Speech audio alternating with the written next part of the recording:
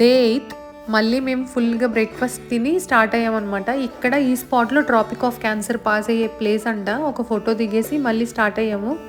So ఇప్పుడు మేము వెళ్ళబోయే ప్లేస్ వచ్చేసి రన్ ఆఫ్ కచ్. మీరు మగధీర మూవీ చాలా మూవీస్లో ఉంటుందన్నమాట. కొన్ని సాంగ్స్లో అక్కడ వైట్గా ఉంటుంది కదండి, అది స్నో కాదు, సాల్ట్ అనమాట. ఇది ఈ ప్లేసే. సో దీనికి రిజిస్టర్ చేసుకోవాలి ఆన్లైన్లో, లేదా అక్కడికి వెళ్ళిన తర్వాత ఫామ్ ఇస్తారనమాట, అదైనా ఫిల్ చేయొచ్చు. అబౌవ్ 5 years వాళ్ళందరూ ఫిల్ చేయాలన్నమాట. సో దానికి అకార్డింగ్గా మనం బస్ దగ్గర ఆ ఫామ్ అది కానీ లేదా ఆన్లైన్ టికెట్ కానీ చూపిస్తే మనల్ని ఆ ప్లేస్కి తీసుకెళ్తారు. మేము అక్కడ టైం స్పెండ్ చేసిన తర్వాత తిరిగి వచ్చేటప్పుడు ఈ ఎగ్జిబిషన్ చూసాము. సో ఈ ఎగ్జిబిషన్ అంతా చూసుకున్న తర్వాత కొన్ని షాపింగ్ చేసాం అనమాట గీతు కోసం.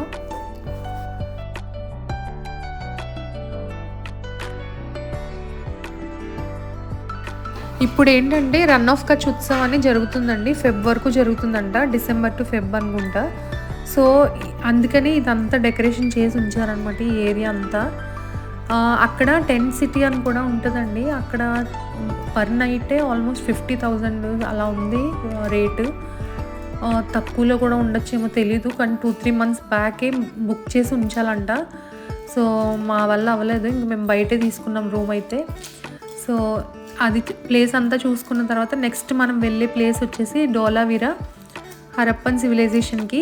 ఆ వెళ్ళే మధ్యలో రోడ్ టు హెవెన్ అని ఉంటుందండి. సో ఇక్కడ రోడ్ టు హెవెన్ గురించి ఒక విషయం చెప్పాలి. ఆన్లైన్లో మీరు సెర్చ్ చేస్తే కనుక రోడ్ టు హెవెన్ అనేది మధ్యలో రోడ్డు పక్కన ఇటు సాల్ట్ అని చూపిస్తారు. అది మాత్రం లేదు అసలు.